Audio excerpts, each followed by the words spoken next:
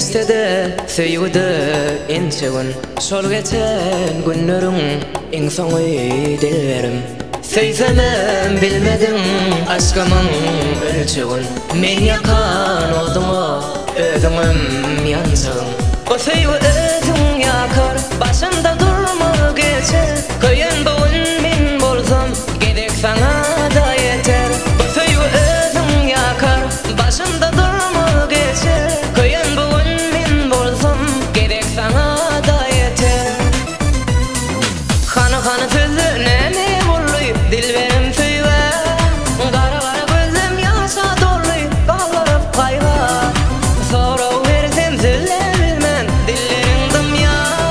Dilberi söyleyeyim solun yürüktü Bunu dal ya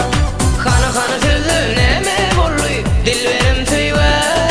Kara kara gözüm yaşa dolu Bağlarıp kayba Sonra versem söyleyebilmem Dillerin ya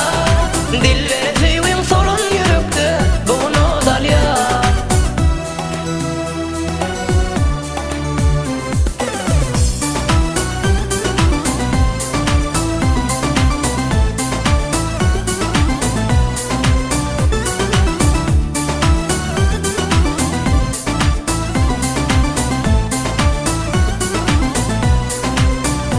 Sen bilen geçti de söyledi